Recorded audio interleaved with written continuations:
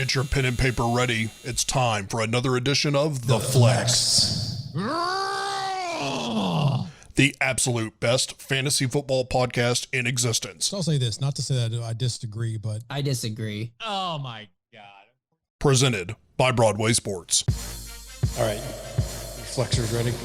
Welcome on into The Flex, brought to you by Broadway Sports Media, partnered with 440 Sports. Head on over to BroadwaySportsMedia.com for all of our great content. Want to say a quick thank you to Truly for the awesome koozie. Thank you so much for your non-paying sponsorship of this show. This thing is awesome. It's going to come in handy. And I'd also like to thank our own Robert Greenlaw for sending it to me and for not putting enough postage on it. So I had to pay for my own letter to receive my house. Otherwise, I was going to get destroyed. So here I go. Zach, I think you have one too if you want to show it up. To the well, you can't see it. Well, sort of. Trust me, it's there. It looks a lot like that. So, and... But I sent the exact right amount of postage for Zach, just so everybody knows. Who knew that it was so expensive to send a letter down to Spring Hill, Tennessee, compared to Nashville? Who would have thought? Oh my gosh, yeah. Well, I wasn't letting this one be destroyed. I knew what it was, so I was. Did you get yours, Justin? He never sent his address. Out west. So, he hasn't texted his address. He doesn't want that. That became your koozie then, Greenlaw. As far as exactly. I will say this is a very secure top on the koozie. Yeah. It's very hard to get their own cans in there. It reminds me a lot of, like condoms and stuff, but Yeah, those small ones don't go on well for you, do they? Yeah. So welcome into this week. Just moving past a little bit of a different format for everyone. Listen, we're going to skip the injury news and everything. If you haven't picked up your backups for your injuries or your replacements by this time, you've already missed the waiver cutoff for your leagues more than likely. Not more likely, you have. So what we're going to do instead is tune into the Fantasy Overtime at 10:30. Get the time right this week, Ryan. 10:30 Central. Right before the kickoff so that you can get your last-minute fantasy advice, tips, tricks, and injury news from our own JG and Zach. They'll lead you through those things, so look for that section there. So moving on here, let's move straight into our Who Did We Hate and What Did We Learn section. So, JG, start us off with some passion here. What did you hate from this weekend? Well, it's not just this weekend. I mean, this season in general, I would say that from a fantasy standpoint, I'm a little frustrated with a few guys. Joe Mixon, what's going on there, bud? You ended last season so hot, and I'm just waiting for that to come back. Kenyon Drake, I don't know, the Cardinals forgot what running the ball was against the Lions last week, and Kenyon Drake just hasn't really been there much. But the guy I gotta go off on is Cedric Wilson. Who is this guy? Man, he sure made us look dumb Sunday. Oh, kidding. Oh, where'd he come from? I mean... We're all in on every part of this Cowboys offense, and rightfully so. I mean, down to Cedric Wilson. We didn't know who he was, and here's the deal. He was in the game just to spell CeeDee Lamb, play from the slot, and rack up that slot production that we all predicted would come against the Seattle defense. It just wasn't CeeDee Lamb. So thank you, Cedric Wilson, for making us look like fools on the podcast. However, I think at one... Go ahead. Because I will give us half a point because we nailed the team, we nailed the position. We just it was the wrong person. I mean, CeeDee Lamb had a fine day. It wasn't a great day. It wasn't a winning day. It wasn't a top Gallup 24 day. It wasn't. Yeah, exactly. It wasn't a good enough day for me to be considered right in my start pick. But hey, you know what? I think at one point during the game, because I'm a Dak Prescott fantasy owner and sleeper, and they send you an alert whenever he scores. And I think at one point in our Slack message, I go, who the fuck is Cedric Wilson? Who is this guy? Because, it messed everything up. I mean, for my DFS, for our fantasy overtime, we probably owe a couple of people apologies for saying, to start CeeDee Lamb because that should have been him. Yeah, I had the same experience with Sleeper because I own Dak in our league. And when it went off, I saw the C and I thought, oh, great, CeeDee Lamb just had a great reception. And then I saw Wilson. I was like, that's got to be a typo. I have no idea who that is. I think his first 2 catches were his first 2 touchdowns of his career. Congratulations. He had a heck of a day. So that is a good enough reason to hate whatever's going on there. Congratulations to him, though. Zach, start us off with another. What are you hating right now out there in the fantasy landscape? I hate Sean McVay, and I hate Darrell Henderson because those guys screwed me over big time this offseason. I was a big believer in Henderson coming out of college. I'm a Memphis grad. I mean, if you're a Memphis running back, I believe in you. And Memphis Tony Pollard and Antonio Gibson, D'Angelo Williams, I mean, big string of them. Kenneth Gainwell is going to be coming out soon. But he was very pedestrian in his rookie campaign last year, even when they tried to give him the ball. And then he was just lackluster all offseason. All you heard was that he was the odd man out. He's number 3, a firm number 3, and it's going to be Malcolm Butler, Cam Akers, and it's going to be the Cam Akers show. Right. And here we are. We come in. He starts the season, three carries for 6 yards. Okay, well, then there you go. Then Malcolm Brown went off, and Cam Akers ain't doing anything. Then Malcolm Brown goes down, Cam Akers goes down. And this motherfucker goes 12 for 81, 2 for 3 and 40 yards in the air, 2 total touchdowns that game. Not only that, he gets 2 total touchdowns this last week and goes for 20 carries for 114 yards, and he's 7th in the league right now in yards per attempt with 5.7. I hate him. I hate him because I don't have any shares of him, and I want all the shares of the Memphis running backs, and I am pissed because I was told that he was going to be a nobody, and here he is being an RB1, clear RB1 for the LA Rams, and he's probably going to be that way for the whole season. And some freaking lucky loser in all my fantasy leagues just happened to get Darrell Henderson when it came down to the waiver wires, and I got screwed. I got screwed because I hate Sean McVay. Hey, who has Henderson in our sleeper league? Oh, I don't know. I'm just sure some loser. Well, there you go. Hey. I had him on my bench last week because I wasn't a believer either. So now I am. He's firmly in there now. So we'll see. Let's see if I can get some more production out of him. Hopefully he hasn't expired his well from there. All right, Greenlaw, what do you hate? I hate Dwayne Haskins. Dwayne is the kind of quarterback. So does Ron Rivera. Yeah. And Ron Rivera. He has good reason to. Dwayne Rivera, Ron. River. Well, what is it? Isn't the Riviera an actual river? Yeah. So is that where Zach's getting it from? Yeah. Potentially. Let's go down the Amazon Riviera. Well, I think that's where Ron would like to throw Dwayne, because Dwayne has been horrible this year. He's got 4 touchdowns through 3 games and 3 interceptions, which he threw all against the Browns this past week. He's so bad, he's not bad enough to just check it down to Antonio Gibson, which would be great for this podcast, big Antonio Gibson guys, and he's ruining his value. There's no value in the passing, or I should say not enough value in the passing game for Gibson, who's a home run threat every time. And Haskins is so bad, he can't even find him on the check down to get those easy yards for us and for himself. So, Dwayne, you're on the list. I am ready for some Alex Smith in Washington. Me too. Like get it. Let's just get it over with. Dwayne Haskins wasn't the guy. I don't care what @Titans Tape on Twitter says and tried to convince me all freaking offseason that Dwayne Haskins is really good down the stretch, guys. No, he sucks. Get him off the field. Put in Alex Smith. Let's get this Washington football team train rolling on the offense and get Antonio Gibson his touches and his receptions. So let me ask, who do you think is going to end up with Trevor Lawrence? The Jets or the Washingtons? Probably. I mean, the Jets are the worst team in football, right? They are a disgrace every week. So they'd have to get a win. Well, except for this week. Right? Except for this week. They'd have to get a win somewhere, wouldn't they? The problem is that they have to get rid of – I mean, I assume they would fire everybody, but they also decided on keeping Adam Gase over Jamal Adams this offseason. So who knows? Well, I'll say this. They really don't need a quarterback because they have future MVP James Morgan on the roster, who will eventually be taking over the spots for Sam Darnold, which I called.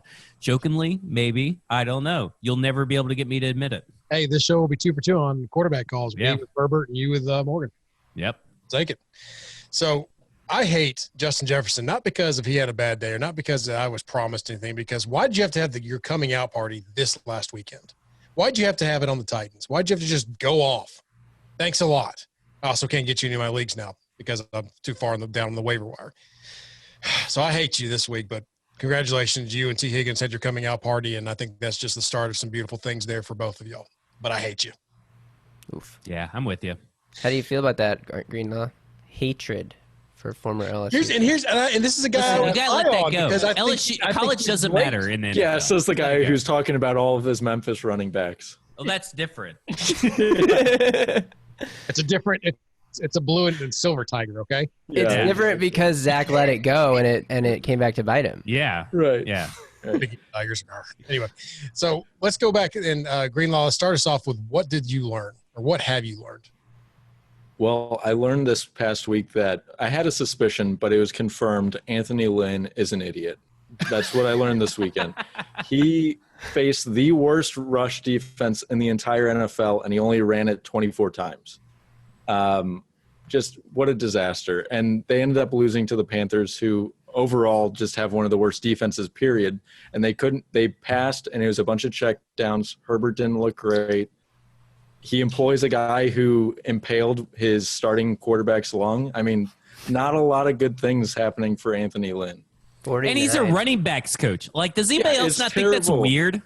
49 attempts for Justin Herbert there. That's a lot of attempts. And he was who we all thought he was. Like, everybody wants to say that, after that one game, we warned after that one game that more tape on Justin Herbert and the other defense wasn't ready for him because he was a surprise start. Yeah, I did say that. Yeah. I did say that. Did you see the we knew last he play of was. the game, though? Did you see the last play of the game? Listen, I know that you're doesn't- a that Marcus doesn't stan change and any those of it, one though. play, you like to cling to one play every game. It doesn't change who he is. It doesn't change that this team sucks. Sure. But if Austin Eckler was like paying attention to the play that they called in the huddle, which was a clear hook and ladder, and was like looking for the ladder part, then Maybe he was afraid he was going to get stabbed by somebody. he probably would have Probably. walked into the end zone. All right, whatever. He Just would have, saying. but that doesn't change that they only ran the ball 24 times throughout the Yeah. entire game. It's Horrible. not like they were getting destroyed Anthony where Lynn, they he had knows to pass. barbecue, but he doesn't know how to run a fucking offense. Let's just put it out there. You would think terrible. that this was the perfect recipe too for going with your young backup quarterback right before game time, not trying to put too much on him. Correct? Like you would think that would be the perfect recipe. Plus the defensive rank for defending the run. Boom, big day for your running backs. No, not the That's- case. Well, That's and here's what the thing. we said Let's to let's start talk about Kelly. this real quick. They just paid Austin That's Eckler. also This why is you what could makes put the I'm mad at him thing. this is what makes the analytics community be able to point at and say, see, you don't pay a running back. Is this Austin Eckler bullshit? But it's coaching malpractice is why you don't pay running backs, I guess, because it's not Eckler's fault he's not getting the ball. We called that he was going to get a touchdown, by the way, this week on the fantasy overtime. But it's not his fault. It's freaking Anthony Lynn's fault that he is a former running backs coach that came from the Buffalo Bills where they ran a lot, is not wanting to run the ball against the worst rush defense. It's maddening. It is absolute coaching malpractice on Anthony Lynn's part. Stick to ribs, bud. And how did that game end? Like every single Chargers game in the history of mankind where they were down by one score, driving down the field, and it didn't work out for them. Right. All right, Zach, give us something you've learned. Here's what I learned, and it's not technically based off of the week 3 performances. For the next 2 weeks, I'm not playing any Titans players. That is what I learned. COVID has screwed up our coaching and our routine. We're not even practicing. We're going up against the Steelers or we're going up against the Bills, and while the Steelers are fraud, we're not practicing probably all the way till Saturday. So no Steelers or no Titans players this weekend. And then we're on a short week, and then Buffalo, who has our number and is actually legit. No, I'm not starting anybody against them either. You just are going to – I think it's better to just sit these players, maybe start Ryan Tannehill if you have to. I wouldn't say drop him to pick up someone else. But for right now, I'm not in the mood for playing any Titans players, so we don't know what Taylor Lewan's status is. That's another big one. I mean, it's a mess. For a fantasy football purposes, this team is a mess for the next 2 weeks. Red alert.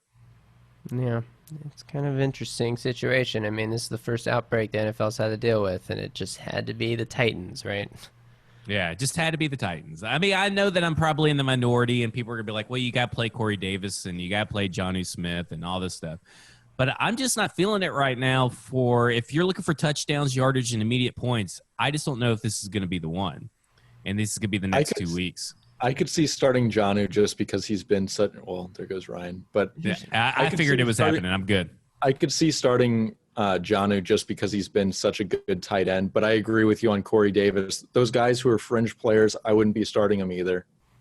Yeah. You have no idea what it's going to look like. I mean, it's a mess because it does ruin the routine. That's why I was rooting for a bye week this week, was get healthy, but also because the routine is already ruined. And I posted up an Athletic article on the F Words Pod Twitter feed, and they say that that kind of routine, they pencil that in. So if your routine's already broken and you're so superstitious and you're so used to routine, why not just go ahead and take the bye week and then kind of get back into your routine that way? But it is what it is. I mean, we're playing.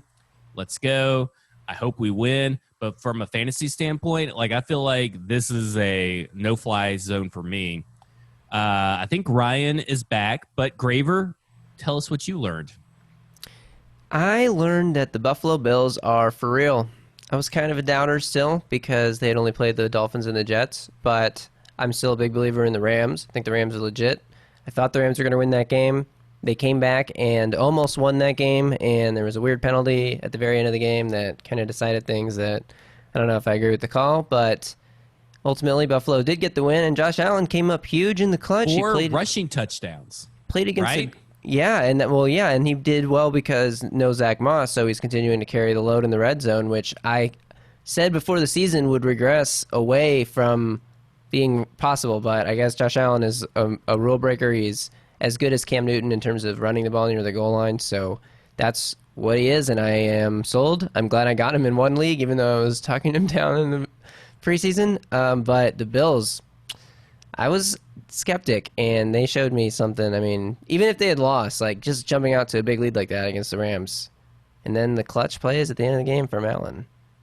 He still makes a lot of mistakes. Without John Brown, by the way. Like, John Brown was a freaking goose egg, and they got it done. Cole Beasley was the big guy. Thought someone else would have a big game, and it wasn't John Brown. It was Cole Beasley. Yep. And Devin Singletary had a really nice game, too. Yes. It was an okay game. He didn't get it in to the end zone on a direct snap. So, and then Josh Allen got like 4 rushing touchdowns right there at the line because they can't. Devin Singletary just can't get into the end zone when he's 10 yards out. When he's 50 yards out, he could probably get in the end zone. I don't know what it is, but it's crazy. They put up a force field when he's inside the red zone. I don't know if you knew that. Yeah. I didn't know that. Yeah. It's just for the Bills. Just for the Bills. Ryan, you're back. Oh, I'm back, and I've learned something very valuable, guys. I've learned that my internet hates Zoom. No matter what I do, no matter how I prepare, no matter what equipment I buy, it's going to drop me every once in a while. So apologies there. I also learned that you can't trust the juicy matchups. It doesn't always pan out. What I will say is I've learned is that you have to go with your gut a little bit. And if something's telling you something's not right, don't do it. So even though I picked Gardner Minshew last week to have a huge day because of the matchup, it didn't come out because sometimes things just happen. And you have to be okay with it. And I've learned that I have to goose fraba those moments and be okay that you did the right thing by picking the smart matchup in the moment. Quickly, Josh Allen had 4 passing touchdowns on Sunday. And one rushing it was 4 passing? Oh. One rushing. Oh, wow. But they were all in the red zone, right? I just read like something about 4 touchdowns in the red zone. Yeah, potentially. So they could put that on the screen to correct instead of having to bring it back up. Kidding. I'm just kidding. Yeah, so now they've gone through. Have to do the screen part. How you doing the screen part? You're saving yourself work, and that's smart. That's forward thinking. So now He's really confused right now, so this is probably a good thing. So now that we've done what do we hate, what have we learned, let's get into our sits and our starts. And just kind of looking back through it, I was able to rebound a little bit. Zach, thank you for giving us a chance here and letting us catch up. It was totally on purpose, by the way. Oh, yeah, I fully believe that it was. Justin, was there anything looking back, and let's do it like this. Instead of reviewing every pick, is there anything that you regret picking, the one thing you regret picking the most from your picks last week? I mean, I don't really have any regrets because I think the logic was good. Joe Burrow was QB 13, and CeeDee Lamb missed out on those 2 big plays. So those are my only 2 no's. So honestly, like, I feel like my method was okay, so I don't really regret. And you're welcome for the Melvin Gordon pick. Yeah, that's funny. Worked out. Greenlaw, You did well. Greenlaw, what was the one thing that you possibly would have changed or one thing you regret? Even going back on it, I think I would have made the same decision. But starting Drew Sample, he went from 9 targets in a half of football the week before to just 1 and 1 reception last week. I feel like it's going to even out a little bit as the season goes on. But, yeah, that was a little bit disappointing. Zach, how about you? I think I'm really not disappointed because first off, I don't really wish injury on any player. But so far, I picked 2 Colts wide receivers as sleepers, and both of them in back-to-back weeks have gotten injured. So, I'm not picking any Colts this week, for obvious reasons. But I'm off the throne.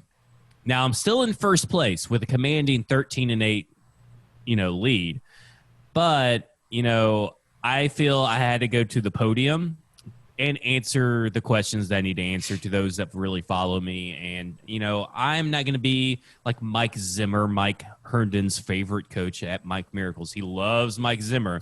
I'm not going to be Mike Zimmer and try to bullshit and get mad at you guys for asking me questions. Respect. I failed this week. Kenan Drake did not play that well. Mike Gesicki somehow only still got tied in 21 against a dreadful Jacksonville Jaguars.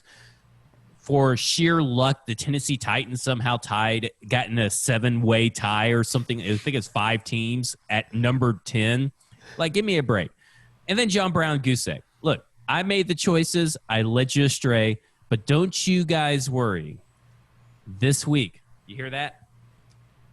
You probably don't because there's nothing coming out. But that is the sound of me shuffling papers. That also sounds like money because I'm going for a perfect week right here. Just holding nothing. What is that?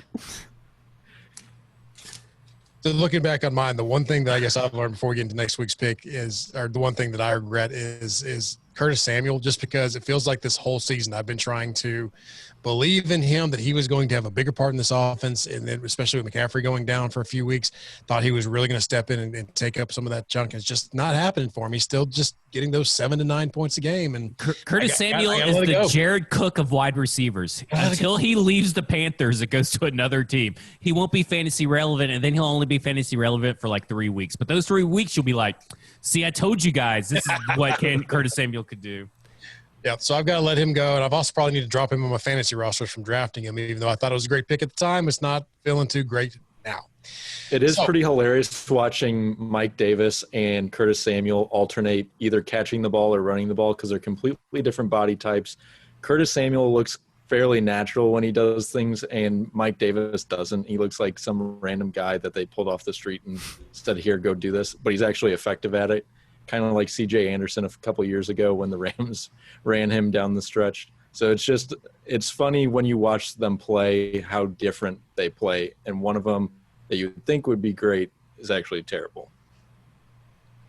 So let's get into our sits and starts. And I'm going to kick us off this week at quarterback like we always do. And I'm going to give my sit first. This was going to sound crazy, especially with what the season's been doing. And we've been saying last week, don't doubt him. But I'm saying sit Josh Allen this week. And it's a go big or go home. Listen, I don't love it. Listen, this is an onion hanger. Okay, here's the thing.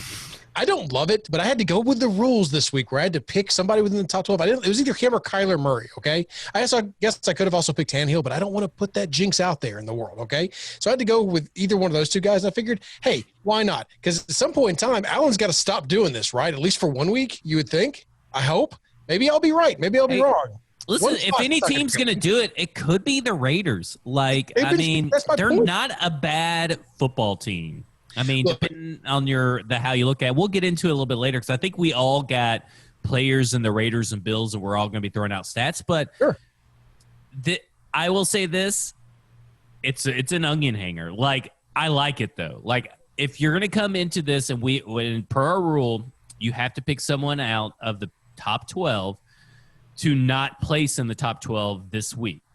It's an onion hanger. Like it. Go for it. Go big. Yeah, and this is arguably, and I looked the stats up, Graver, before because I know the face you're going to give when I say this. This is the best pass defense he's gone against this season.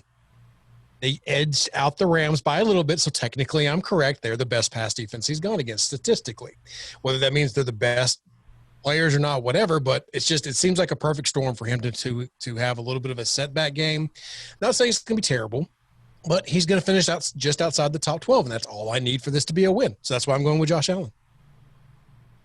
Fair enough. What do you guys think? I mean, I know I talked him through it out there. What do y'all think of his pick? I mean, I feel like the things you're saying are true. If we're going with this theory that all 4 of his touchdown passes came from the red zone, which may or may not be true, I don't know, then that's bound to regress. Something. I swear to God, I read something. That's bound to regress if it's true.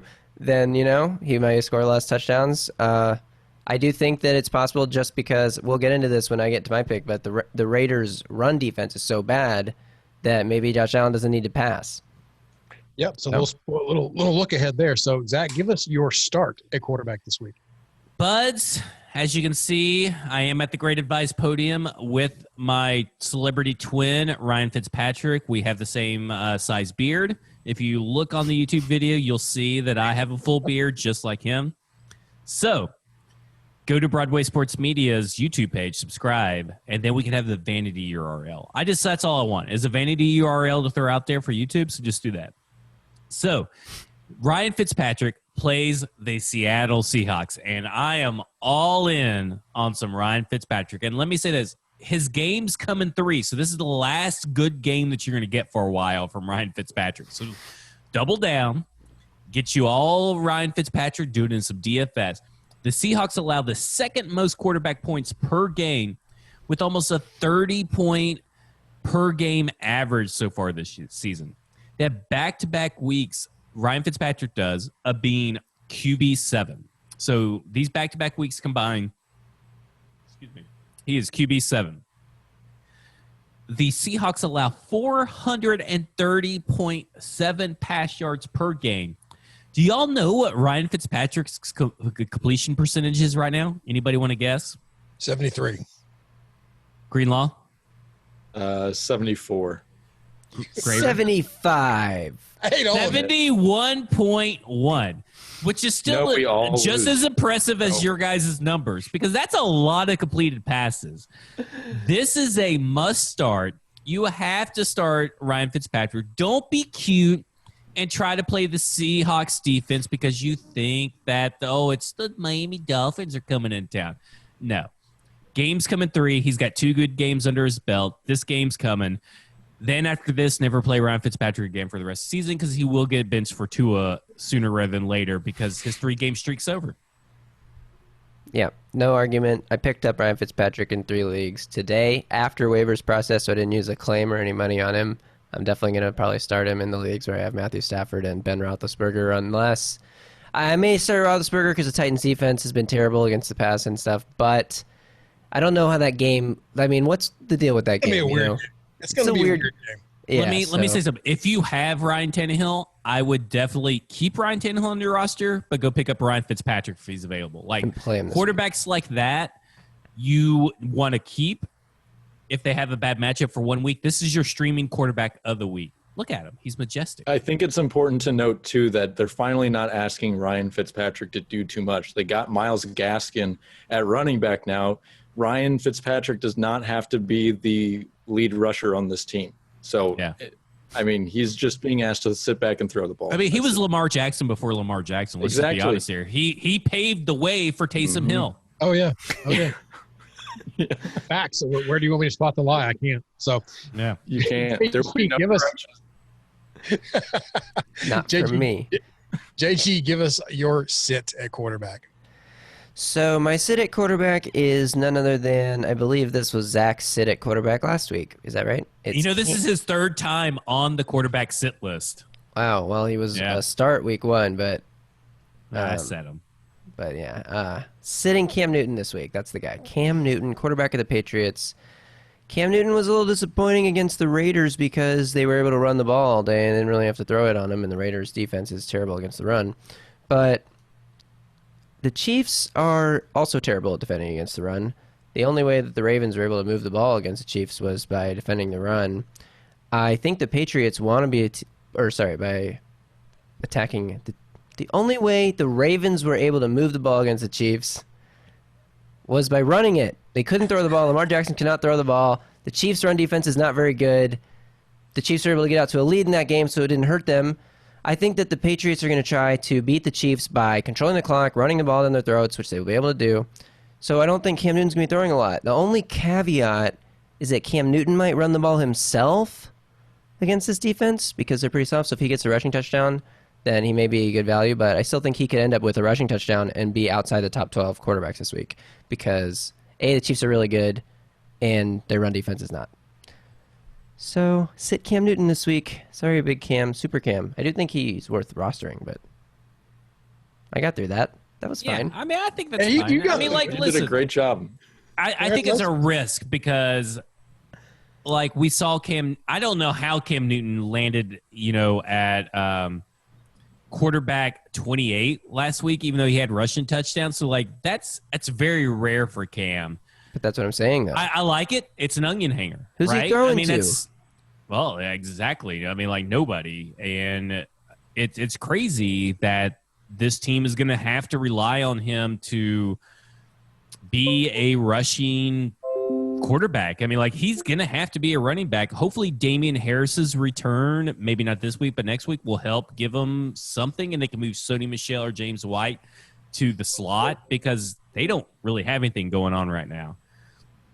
Greenlaw, your start at quarterback.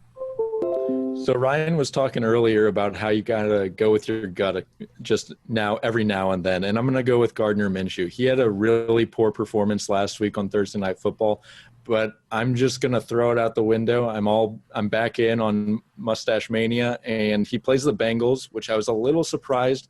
They only give up 15 points per game to quarterbacks in fantasy, but I could see this heading his direction. I think they get Chenault involved in some of the short passing game. Don't you tease me with Chenault, because this happened to me last week, and I started Chenault. I know. A little bit of Chenault, a little bit of James Robinson. They've been using him a lot out of the backfield recently. So even if he gets a little check down touchdown or a couple of those, he'll be in the top 12 quarterbacks, I think. And who the Jags play? The Bengals. The Bengals. I think that's a good pick. I think he could get into the top 12, but that probably out of the people you could choose now, the top 12, he's probably got the hardest hill to climb, in my opinion. I think that you mentioned the 15 points per game allowed. They've played against Tyrod Taylor in week 1 in a game where the Chargers did actually commit to the run. We were mad about that earlier. They played against Carson Wentz last week, who was just like, I don't know what is going on with Carson Wentz, but he cannot complete. I mean, he's just leading the league in turnover-worthy plays. His accuracy's all over the place. So, and then Baker Mayfield had a pretty decent game and had a big, long play, a few plays downfield. So I think looking at the quarterbacks they play, it's only 3-week sample size. That explains And the it. Bengals are giving up tons and tons of points to running backs. Nick Chubb ran all over him. Right, exactly. So I think, like I said earlier, they're going to get James Robinson involved in the pass game here too. So I do think he's able to hurt them. Could this be a Chris Thompson sleeper game? Never Chris Thompson sleeper game. Okay, Greenlaw, give us your running back sit of the week. So I'm here, by the way. I can hear everything. You're Well, we back. heard you say shit, so yeah. My camera we can just hear decided you. to stop working, and I couldn't get it to come back. Your computer was making a lot of noises. Yeah, sorry. I apologize. I'm a little frustrated right now. I need better equipment. Someone sponsor us. God dang it. Did you pay the postage on all your equipment? Is that the problem did. here? You So know my- you got to pay your email man money to give you. Where are we? We sitting running backs there. Greenlaw? Greenlaw's sitting running back. Yeah, so I'm going to go with Jonathan Taylor against the Bears this week. Nick Foles maybe put some points finally on that Indianapolis defense, so maybe it's a little bit of a shootout, and Phillip Rivers actually has to pass the ball. Plus, Jonathan Taylor didn't have a great week this past week. Maybe teams are figuring out they just commit to stopping the run, and they can. Well, it was the Jets, so if you can't run on the Jets, I don't know who you can run on really.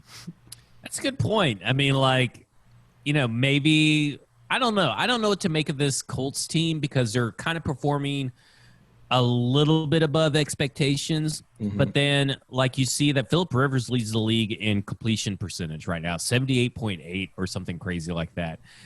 I mean, that's kind of crazy to me that Check. of all people, yeah, it's all check Downs. downs. But Nyheim Hines isn't coming back, I don't think. He's still limited participant, so they're a relatively healthy team, and sometimes healthy teams perform above expectation, especially in a year where everybody's down, because they only have 3 people on the injury report besides the people they've already put on IR. Well, Malik Hooker's done for the year. Yeah. Paris Campbell's out right now. But it doesn't seem to affect anything. I mean, just like they just keep trucking along. I know it's against the Jets, but I like it. I like a Jonathan Taylor. But they're kind of a gross fantasy team in general. You don't know who is going to produce besides Mo Alley Cox. Apparently, I was about to he's say the Mo only Alley guy Cox who is does the man. anything. Yeah. For real. All right, Justin, who's your start at running back then?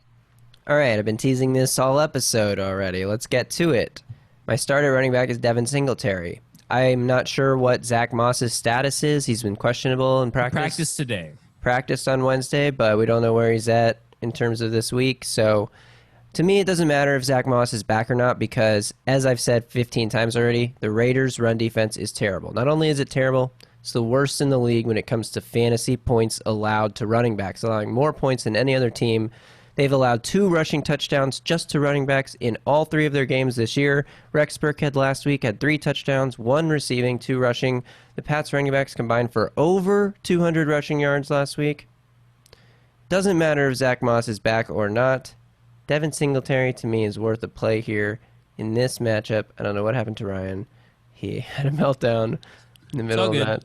I don't know if it had anything to do with what I was saying or if his equipment is just... So, do you think Devin Singletary is going to break off a big run? I think he'll is that break what off multiple big runs, just like we saw Sony Michel do in this game last week for the Patriots.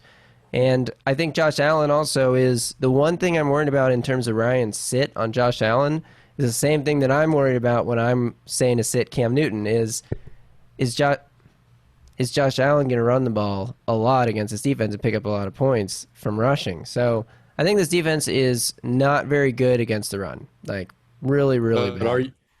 I agree with you, and I think that's a really solid start. However, I am wondering, are you worried about the force field that they put up? I think that as long as Devin Singletary starts the run from outside the 20-yard line, he will get through the force field. So I do think he could break off a 25, 35-yard touchdown type deal in this game. How fast does he have to be to break through the force field from 50? Does it? I mean, like, tell us the yardage. Just turn it on after he's within the 20-yard line. Oh, they just turn it on. If they start the run, if they start the run at the 21, he's fine. So maybe that's the plan. Gotcha. That is the plan. That is the plan. I feel like the singularity and the Singletary. We can make that a thing. We'll have to figure out the hashtag on that. Singularity. I like it. All right, Zach, who's your sitter? This is my onion hanger. Josh Jacobs, who is currently in the top 24 running backs, is not going to land in the top 24 running backs versus the Bills this week. That is the onion hanger, and that's how these sits work. If I sit someone, they can't be in the top 24. The Bills are the 10th best team against the run fantasy-wise. They're the 8th best team in the NFL in terms of yardage. And for the last 2 weeks, Josh Jacobs has been held to 0 touchdowns. I know that there are wide receivers currently that will probably not play, and they'll probably rely on Josh Jacobs in the pass game a little bit. But I'm telling you right now, I'm just not feeling it against this Buffalo Bills team. I feel like the game's going to get away from the Raiders fairly quick just because of their injuries. And I think that Josh Jacobs is going to be slowly taken out of rotation. And I don't think he's going to be a really good running back start. He hasn't been a great running back start the last 2 weeks. And the only good week where he got those 3 touchdowns were the 3 touchdowns against Carolina, and we all know that Carolina is the worst rush defense. It's an onion hanger. This is if I had to choose one of my picks that was definitely probably not going to make it, it's going to be the Josh Jacobs pick. But if he makes it, I look like a fucking genius. One thing you said is that the Panthers have the worst rush defense. Yeah. I know Josh Jacobs can't play against his own defense, but the Raiders are the worst.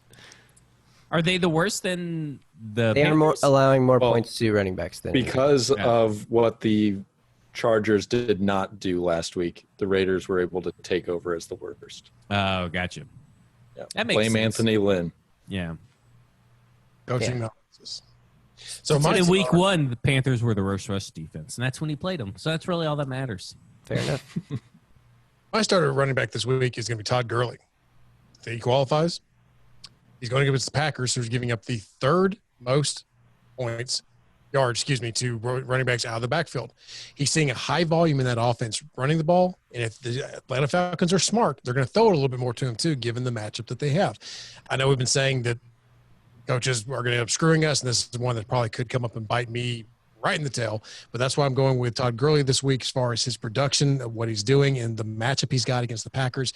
And I have a feeling they're going to have to be in another shootout game and use a lot of checkdowns, a lot of stuff to get Gurley involved, not only the run game, but also in the pass game late. Okay. I mean, like, he's running back 27. I think he'd be running back 24 this week. I hope he is. I'm trying to trade for him in multiple leagues just because I know that he's going to have an easy schedule, and he is the workhorse.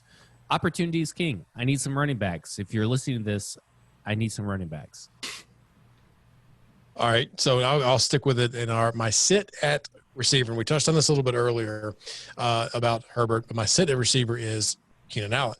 And the reason is because, like Justin alluded to last week, the defense is going to have a week to prepare for him now and throw some things at Herbert. And you're going to see he wasn't particularly great. He put up some decent numbers, but he overall the performance was kind of little mixed. Now they're going to have I think it's the Bucs are going to have a little bit more of a chance to prepare for him, throw some things at him, throw some disguises at him. And there's no way. Here's the thing.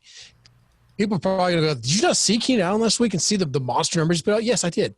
He also had 18 targets. 19. Okay, the discrepancy, you corrected. The stat I pulled said 18, but whatever. He had 18 or 19 targets, but the point of this is still, that's ridiculous. It's not going to happen 2 weeks in a row, especially when you have a week to prepare and take his favorite target that is a safety blanket away. He may go to other things and have plenty of other options, but Keenan Allen's going to get taken away by Tampa Bay, in my opinion, and they're also going to throw some things at Herbert. So it's just kind of a double whammy. You're not going to have that production again. They're going to prepare for him. He's not going to have the same kind of game. You might as well just not start anybody from the Chargers if Agree. you need a win in week 4. If you can get away with a loss or whatever, that's fine. Start him because you're going to fucking lose. Because I'm not starting one dang Tampa Bay one dang Chargers player this week. Not Josh Kelly, not Austin Eckler, because those are really the only two viable people you got versus a Tampa Bay defense, which is actually really, really dang good. And Todd Bowles is going to eat Justin Herbert's soul and this whole Anthony Lynn offense. Yeah, Tampa Bay's a great DFS defense to play this week. Yeah. 100% agree. That's why I'm sitting their offense if you have a chance to. So, Zach, give us another start, or give us our first start, rather. Devontae Parker. I'm going back to the Dolphins well here. You got to double up on the Seahawks defense. Parker leads all Miami receivers with 17 targets. He's 5 for 5 last week with 69 yards. Nice. Most targets for the wide receivers last week. And he is currently the 9th most consistent fantasy wide receiver week in and week out so far to start the year. And the Seattle Seahawks allow 2 receivers 47.9 points per game. That's number 1 in the league. So that's the whole wide receiver core, obviously, not just the number 1 wide receiver.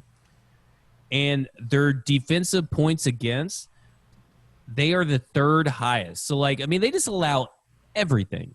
The Seahawks just allow everything. And right now, Devontae Parker is getting air target yards of 12.1. Again, DFS or even fantasy, take Ryan Fitzpatrick, take Devontae Parker, and then you put him in. That's what you got to do. And if you are watching on YouTube, you can see me taking their heads and putting them in. Put them in. Put them in. Everyone who plays the Seahawks defense until they stop somebody's passing attack, put them in. I think after 3 weeks, we know that this passing attack and this pass rush, they overrated what they had and probably should have tried to pay Jadeveon Clowney. I think How after dare 3 weeks, you? well, I mean, they should have. I'm glad they didn't. But I'm just saying that this team is not very good defensively, and this is a let Russ cook team. And they have, in one season, the Seattle Seahawks have shifted their whole philosophy as a team, and they are a Kansas City Chiefs offense wins kind of team, and the rest of the NFL should take note because the rest of the NFL should be doing this and not worry about their fucking defense and just score points. Yep. Make offense great again. Yeah. Ryan Fitzpatrick, Okay. Devontae Parker, put them in buds. We're just going to go with my stupid webcam off of my computer because apparently the webcam I spend money on does not want to operate tonight. So check the YouTube out for that. You'll make sure you'll want to watch this YouTube absolutely because Ryan has been in and out. He's been hat on, hat off. He's been flicking everybody off. It's not y'all. It's the camera. I hate this dang thing. It's not giving me problems before. Now it just wants to cut out, cut in. I'm sure it'll cut back in here in a second and make me look just absolutely awful. Well, a lot like whatever. the professional actress Myra Rose, I have not lost a beat through this whole thing and I've remained a professional. And, I would like for Kudos everybody else to to you. remain the same. So It's no, Moira, good luck with not that. Myra. Wait, I have a joke too. For a guy, for a guy who defends a Whataburger, you've sure been in and out a lot tonight, Ryan. Oh! Wow, got him. Oh, And the man. camera cut You back hear in. that, In and Out? We'll take your sponsorship. In and out, Supreme. We'll take Whataburger's sponsorship as well. I mean, I will because I'm a whore, but, I don't Right. want it. Whataburger's fine. You people suck in your burger choices. Whataburger is just fine. Agree, It is disagree. a acceptable burger that is very good. Also, I have never once trashed In-N-Out. I've never had In-N-Out. So I've even got my whole, You don't even know. My- Your my whole opinion doesn't point- even matter. my whole point has not been that it's bad or it's good or anything. It's that I don't know because it's just that Whataburger's good. I'm not saying it's better than In-N-Out anyway, but I digress. Just take We're me getting to way off Sonic. subject. Yeah, but I had to say that because the joke was that you've been in and out all night. So We got position it. was Thank you. irrelevant, actually. In-N-Out. Well, while you're going there, Justin, take us away with your sit at wide receiver, please. Speaking of out, Zach's got his theme going with the Seahawks playing against the Seahawks. I got my theme going here that I'm going to start with Terry McLaurin because I'm benching Terry McLaurin against the Ravens. This is a theme that I'm starting. Zach has a theme as well. That's what I was getting at there, you guys. Yeah, but it's Seahawks against Seahawks. I'm not starting Seahawks against No, Seahawks. you're taking advantage of players against the Seahawks Oh, okay. defense. That's not what you said. Whatever. I know you're confused. Regardless of what I said, Terry McLaurin is playing the Ravens defense this week, and that to me is not a good time to start Terry McLaurin. You talked about it earlier when you got mad at Dwayne Haskins, but right now Haskins is limiting the play. You got mad about Antonio Gibson. He's really limiting the play of Terry McLaurin this week against the Ravens. With Baltimore coming off a loss, I cannot really see that changing. Ravens defense was very good this year until they had to play against Patrick Mahomes. So I just feel like they're going to completely shut down the Washington offense. McLaurin may get a little bit of production in garbage time, but not enough to justify a good start.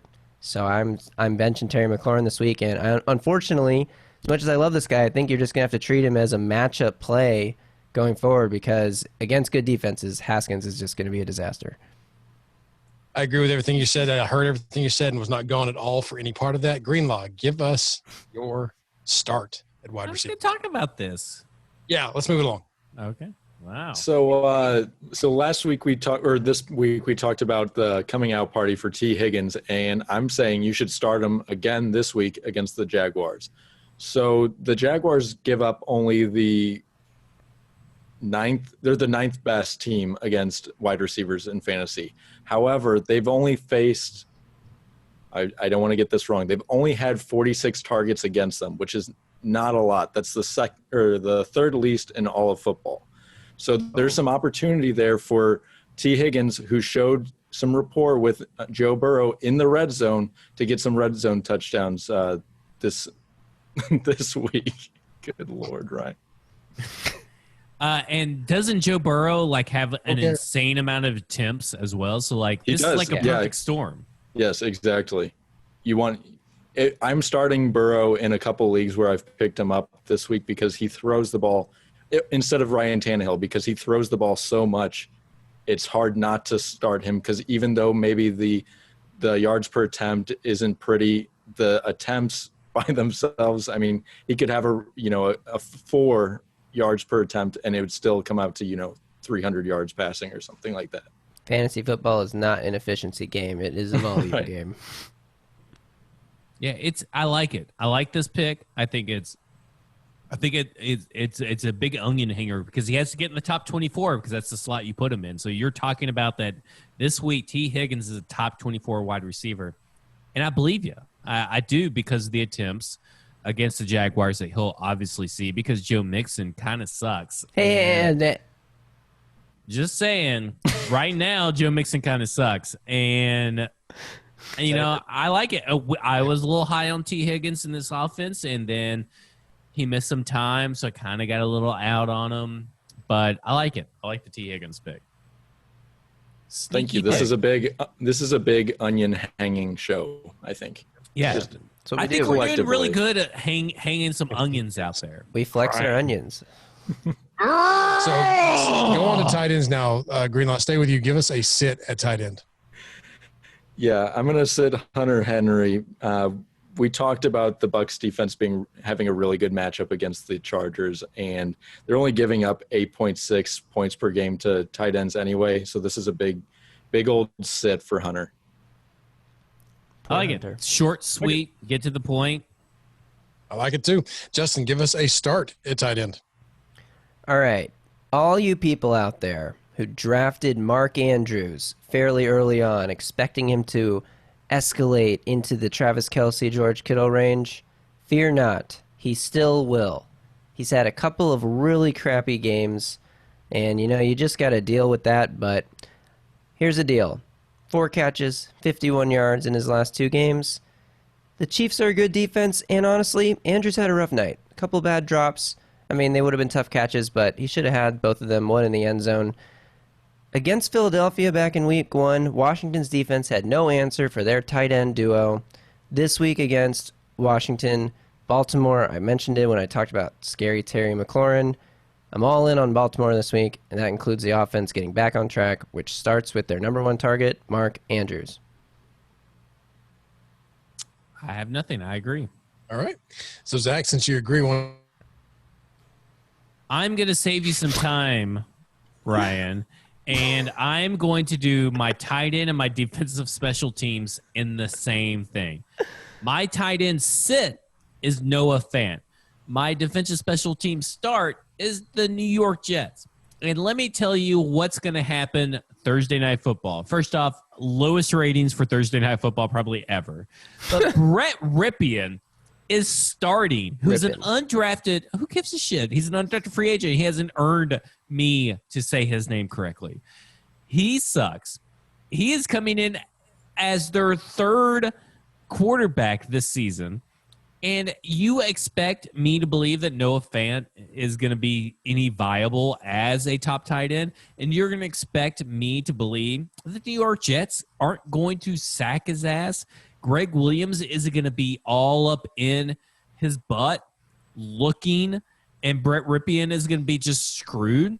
Like, let's get real here. You know what you get at other websites and other podcasts and all this stuff I've seen all week? Oh, you need to sit Hayden Hurst. Well, no shit you need to sit Hayden Hurst because he sucks, and he hasn't been anything that Austin Hooper was. And let me tell you something. Austin Hooper sucked too, and he sucks at Cleveland. Noah Fant's actually good. You're getting a real sit, and you're getting real advice right here. And Noah Fant is going to be Noah Fart. Oof, God. I'm glad that's not game. And start the New York Jets because they're going to be a top 12 defense this week, and you should get in there, sneak in. They're free probably, and start them. Wowzers. That is onion hanging right there. Starting the Jets defense. Wow. I mean, It's a home game. It's a home game. What's Noah Fant right now? He's got to be a top 5 tight end, right? Yeah, I think he's top 5, top 6 tight end, and the Jets are consistently good versus the tight end. You're saying bench the number 3 tight end. They are the 13th best against the 13th best defense against the tight end. And guess what? It's just no Fenton, Jared Judy, and a weak ass Brett Rippin. Who gives a shit? Doesn't matter. Rippin, he ain't gonna rip it because he's gonna be getting sacked. All right, before I disappear again, I'll give you two in a row as well. And I'm starting this week at tight end Eric Ibron, because have you ever seen Eric Ibron against the Titans? Ever? He seems to have some really big games against them from tight end. So maybe I'm wrong on that. I don't care, but maybe it's just because I hate him. But he seems to always come up with some big catches against the Titans. Titans have been pretty bad against the tight end so far this year, surrendering 16 fantasy points per matchup. And it's Eric Ebron. I whatever, start him. He's going to have a big game, short week, bad circumstances. Defense gives it a lot up to the tight end anyway. Go ahead and start him. My sit for defense is the New England Patriots, and this is a simple one. They're a top defense in the NFL, but they're playing the Kansas City Chiefs and Andy Reid and Patrick Mahomes. I don't like the matchup. I think they're going to finish outside of the requirement to be considering a top for this week, so go ahead and sit them. I don't think they're going to get you many points this week. I'll say this, in 50%, he's only played the Tennessee Titans 4 times. At 50%, he's gotten 1 touchdown. So that's not, I have to say, that's a plus, pretty good statement to make. I forgot this stat for him. He was on the field for it was like 95% of the dropbacks for the Steelers this last weekend. Yeah. So his usage is on the rise for that offense. It is, and they used him in a one-on-one situation on 3rd and long in the red zone where Big Ben just threw it up to him in the back corner. So they're taking advantage of matchups for Ebron. I'm studying the Steelers right now, obviously. They're taking advantage of matchups with Ebron, and they're not afraid to throw it up to him on a high-pressure situation like 3rd down. So I can't disagree. All right. He also seems to have it out for Kevin Byard. Remember that tweet of that's him? That's my point. And maybe that's it. He's got something against the Titans. It's a bad mix. It is a bad mix this week for the Titans. Start Eric Ebron. He's going to have a good game. And I'll also say that because if I'm wrong, great. It helps the Titans. Yeah, there you go. Win for me. So we've given 2 in a row there. You've already given your tight end. Justin, give us your defense you're sitting. So sticking with the theme here is the Washington defense. It's kind of similar to your pick. They're going against the Ravens. They're number 8 defense right now, so currently top 12. You may be thinking like, hey, maybe this Washington defense is all right. They're number 8 overall. They got a good defensive line, but Chase Young not expected to play with a groin injury that hopefully is not serious because he needs to win Rookie of the Year, Defensive Rookie of the Year, but not playing this week. So I'm sitting Washington defense against Baltimore. I think that's pretty much a no-brainer. He needs him for your beginning of the season stuff. Hopefully that works out for you there. Greenlaw, give us a defense you're starting. My start of the week for the defense is the Buffalo Bills. They've been pretty mediocre so far this year. I think they're almost average in every single statistic. However, Sean McDermott's a really smart guy, and he just saw the New England Patriots double Derek Carr's checkdowns throughout the game last week to shut down their offense. And I think they do the same thing against the Raiders this week. And it kind of plays off what Zach said with his sit of Josh Jacobs. Hopefully that's the case because I think Buffalo has a good game against Derek Carr. I don't think he's a great quarterback when he's forced to go down the field. I think that's what they force him to do, and I think they bottle up the run game. I'd stay with you, and let's go on to our favorite position, the flex. Who was your sit in the flex? My sit is Rex Burkhead, and he had a huge game last week. I think he had 34 points points this past week or something like that. Absolutely ridiculous.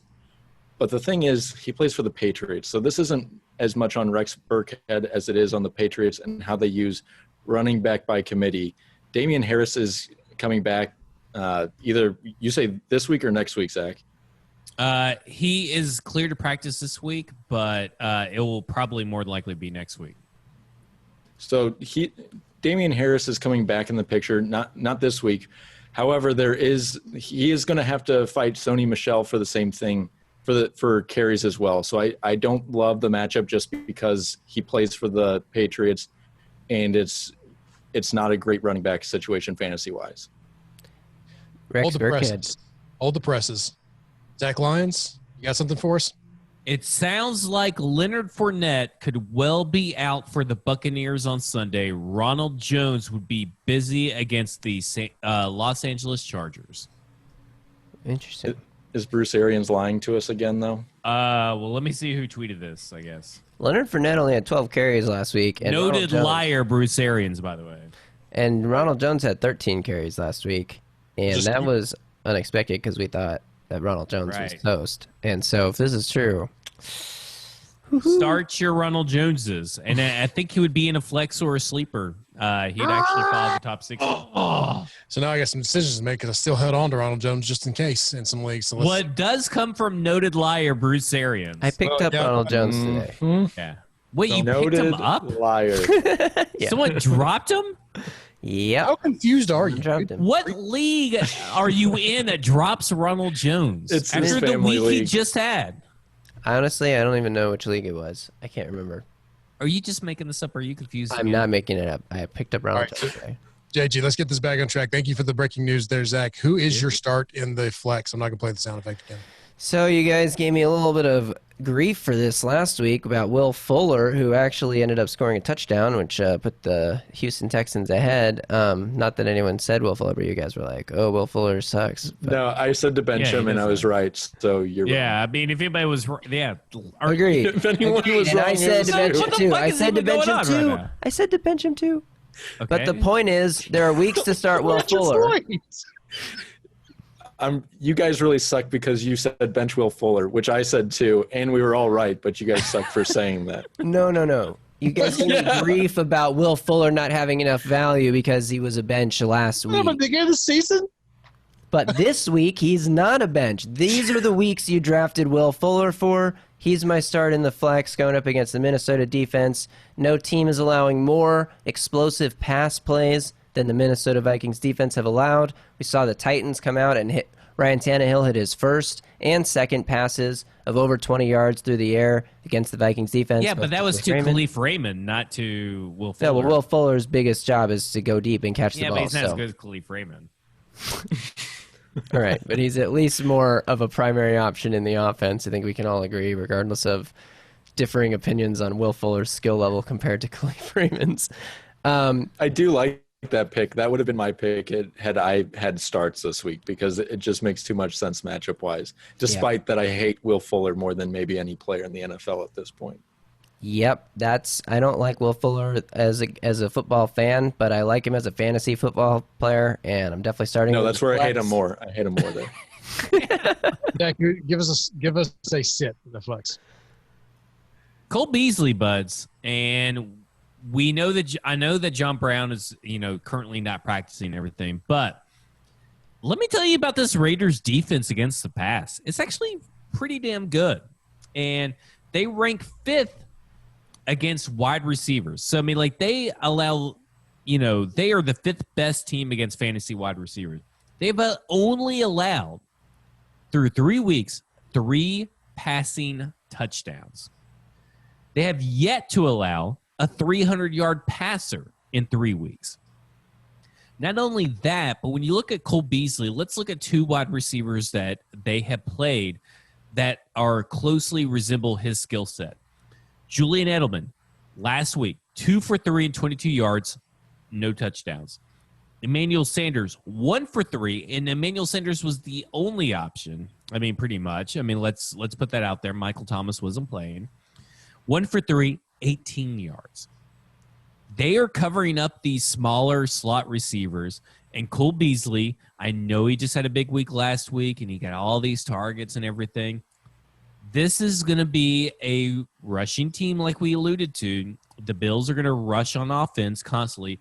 Brian DeBall, the architect, is what I believe is Evan Silva or Warren Sharp or someone wants to call him. That is the guy that what he's going to do is attack the weakness of this defense. And the weakness of this defense is the run defense. Do not start Cole Beasley. It's not going to work. It's going to fail miserably. It's going to fail just as miserably as starting John Brown last week. Sure. All right. My start in the flex this week is going to be David Johnson. And the rare flip for me, I said sit him at running back last week, but I'm starting him this week as he's going up against the Vikings that we talked about, who are giving up 136 yards to opposing offenses, and they just gave up back-to-back 100-yard rushers. So I am back in on David Johnson, and I think he's going to catch a few balls to go with that big day rushing to make it really worth it. And I think he's going to get a touchdown as well to make this all kind of even out. Plus, the Vikings, I think they shot their wad last week. They are so depleted. I don't think that they can carry it over 2 weeks in a row. I really don't. Isn't it weird that David Johnson is considered a flex? Like Joe Mixon is considered spoiler alert, a sleeper. But like, isn't it weird that we're in this fantasy world where David Johnson is just not that great, even on a Houston Texans team? It's just kind of crazy. I think this is a good matchup this week, and I know what I said earlier about learning from juicy matchups, but I'm going to roll with it, so we'll see. And because you brought up the sleepers, my sleeper, as I was told to change this beforehand, and I went with it. You don't have to bring that up. Is Jameson Crowder. And it's going to be for the same reasons. He looks like he may be getting healthy. If he doesn't play, I'll take this loss. But if he does play, I think he's a good one because in his one game this year, he was 7 catches for 115 yards and a touchdown. And this is a great matchup for this team at the wide receiver. Plus, Perriman still has been he is out. Perriman is out. So Crowder comes back in. He's the more talented receiver. He should get the better targets. He should get the better share for this game. I like it as a comeback game. Hopefully he's healthy. Hopefully he plays to make me look smart. Plus, it's the Broncos secondary. They're getting lit up all over the place. Yeah, I mean, I think this is a no-brainer, whether it's Braxton Berrios, who fell inside the top 75, which means you can't pick him for our sleeper picks. I think you're safe because let me tell you something. The Jets are going to win this game. Just saying. No, they're not. Jets are going 0-16, baby.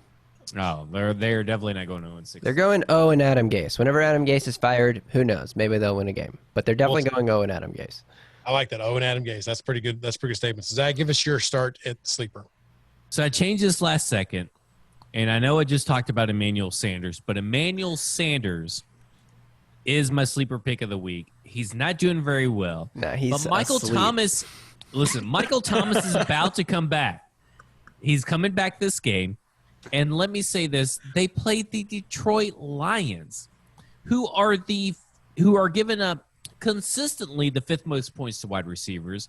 But when you actually look at, their fantasy points allowed per game to wide receivers, it's actually just it is DeAndre Hopkins smoked them.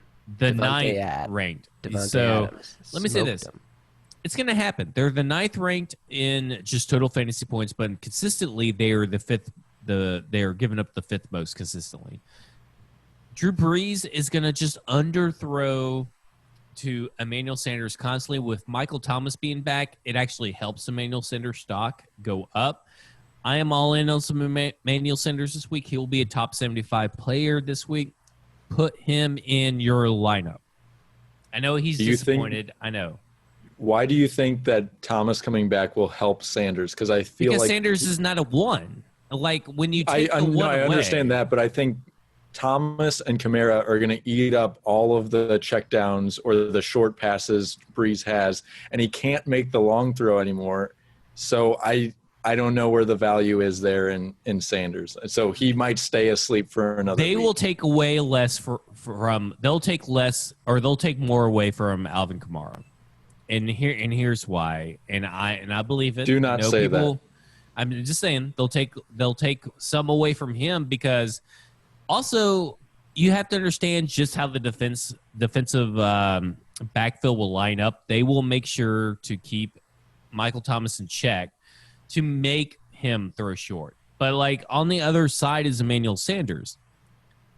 It's just going to be him. I just don't think Alvin Kamara with Emmanuel Sanders and Michael Thomas is going to get what you've seen the last 2 weeks, which is a lot of targets. But it'll just filter. It's just the law of averages, bud. It's math. I can't explain it. It's the universe. How can you argue with that? It's math. Yeah, exactly. We will look at the math a week from now. Yeah. Top 75. Top 75. We'll see about that. So this is absolutely ridiculous. My sleeper is Joe Mixon. Look. Sleepy Joe Mixon.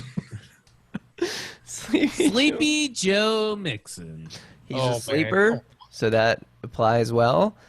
Look, he's a sleeper because he's currently ranked 111th overall by Flex Ranks. Includes all running backs, wide receivers, and tight ends. 111th. That's pretty bad for somebody who was probably like a late first-round pick or maybe an early second-round pick. Probably. I think it's pretty much a lock for the first round, I feel like. Yeah, okay. I mean, most leagues late first-round pick. But I kind of chose him as an excuse to talk about him, to be honest, because low risk here. He can be in the top 75 pretty easily, so I don't have to risk losing it, but I still get a chance to talk about him, is that Mixon is a slow starter. So if you have Mixon, you just kind of hold him. You just got to kind of hold on to him for now. If you trade him, you're going to be selling at such a low value. He's a guy that consistently goes off towards the end of the year. So you just got to hold on to Mixon. Eventually, he's going to get in the end zone. That's just how it works. Last year around midseason, Zach Taylor just said, you know what? Our offense would be way better if I gave it to Joe Mixon more. And he hasn't had that epiphany yet this year. I think he's trying to make Joe Burrow like comfortable or whatever by letting him throw 63 times a game or something. But eventually, he's going to give the ball to Joe Mixon. That could be this week. It's a pretty good matchup. The Jaguars' defense is really young and experienced, giving up a lot of points to the Titans and the Dolphins in back-to-back weeks. I'm running with Joe Mixon this week. Fire him up, You have to think at some point that Zach Taylor is going to figure out he can't continue to throw the ball 60 times a game, or else he will kill Joe Burrow. Right. Joe especially behind that offensive line. His pocket Who's the presence is defensive amazing. coordinator for the Bengals? Somebody. I will agree. That's true. Somebody. It is somebody. That's true. Hashtag analysis right there. A human person. That's more than the Titans have. So Human person. Oh, gee. Greenlaw, who's your sleeper? My sleeper this week is Chase Claypool. Zach originally had Deontay Johnson, who I was going to take, but Deontay Johnson's in the concussion protocol this week, and I don't know if he'll be cleared. So I'm going to take Chase Claypool. Chase Claypool is very fast, and the Titans have a lot of problems with fast wide receivers. They're the 19th worst team in fantasy against wide receivers. And especially this fast just has big. rookies. Yeah, no kidding. This has big play written all over it. Even if he just catches one bomb from Big Ben, that's all it's going to take for him to get into this sleeper category of top 25. So are you Or telling top me to bench 75. Odell Beckham to put in Chase Claypool? No, but if it was DFS, I would take Claypool for the value over Beckham. I mean, you could have picked Beckham as your sleeper because right now he's like 82nd or something like that. That's true. Yeah, but it just felt dirty. I had him in there, and I looked at him and was like, "This feels." Yeah, dirty. I had Jarvis. It's like Landry, and it's I like was having Sleepy Joe Mixon as your. Yeah, that's what I did. I was like, I have Jarvis So, Landry here, but you Your know correction. what? Joe Mixon has a lot better chance of being a top 75 player. For your correction, it's Lou Anarumo. Who? Anarumo. Lou Anarumo. Rumo? I'm probably saying that wrong. L-O-U, Lou is the So literally just a living human. 'Cause I've never heard of A-N-A-R. that guy. You. Oh, it's the Cincinnati Bengals. Yeah. I just thought you were naming Something some random guy, and I'm like, did I black out? Who is he talking about? That's the analyst. That's the analyst for you tonight. So, Okay. guys, technical problems be damned. Frustrating nights be We damned. move along. Got through it. We move along. We get the job done. We give you the sits and starts. We give you all the good information. That's going to do us this time for the Flex. Remember to check out all of our other podcasts and articles that Broadway Sports has to offer. Zach was wrong 5 times last week. Check back in next week. See how many times he was right or wrong next week. Zero. Zero this alert. week. We're all Great advice, going. photo downgraded once more. So check us out at BroadwaySportsMedia.com. Partner with 440 Sports. Make sure to catch Zach and JG at 10:30 Central on Fantasy Overtime for all of your last-minute sit-start advice and late-breaking injury news. Follow Broadway Sports on Twitter at BroadwayTN and the show at Flex on Broadway. Follow Zach at FWordsPod, JG at Titans Film Room, Greenlaw at Rob on Broadway. Also, be sure and check out our Facebook and Instagram accounts for Broadway Sports Media. Really appreciate it. Remember to subscribe and rate 5 stars. See you next time, Flexers. Wait. What about members who want to donate to a good cause and have Yes. a membership to our website? Go ahead, tell them about it. Well, I'm going to talk to you about the Heimerdinger Foundation, which is a great foundation. And you should go and swap over your membership to that. Regardless if you're a $5 membership or a $10 membership, $9.99, go swap it. Just because you're helping either way to get some people help that need help.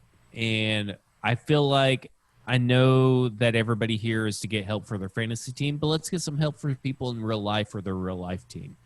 and I think this is a good cause to do it. Go swap your membership over to that membership.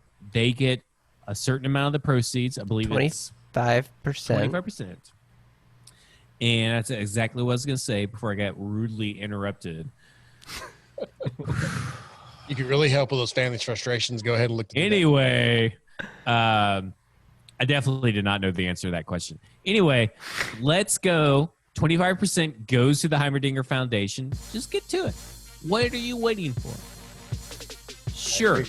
Great note to close You on. can Thank you so get much. some analysis somewhere else, but this is all one-stop shop. Fantasy football, Tennessee Titans, Nashville Predators. You have the Nashville Soccer Club. Ben and all those guys are doing stuff on they're doing live shows now right before the game. Come on, come join. You get the free stuff and you get to help a good cause. Come on. And we have a lot of free content too, but let's help the good cause. I love it. People. Get out there. Do it. See you next time. I'm done with We're done? What's that, Ryan? Go on. Can't hear you, Ryan. Are you muted? On I next week. don't think I knew that your hair was so long. Yeah. You look like a Welcome to completely not different going to, person with it all. For a long time. A Broadway sports media production.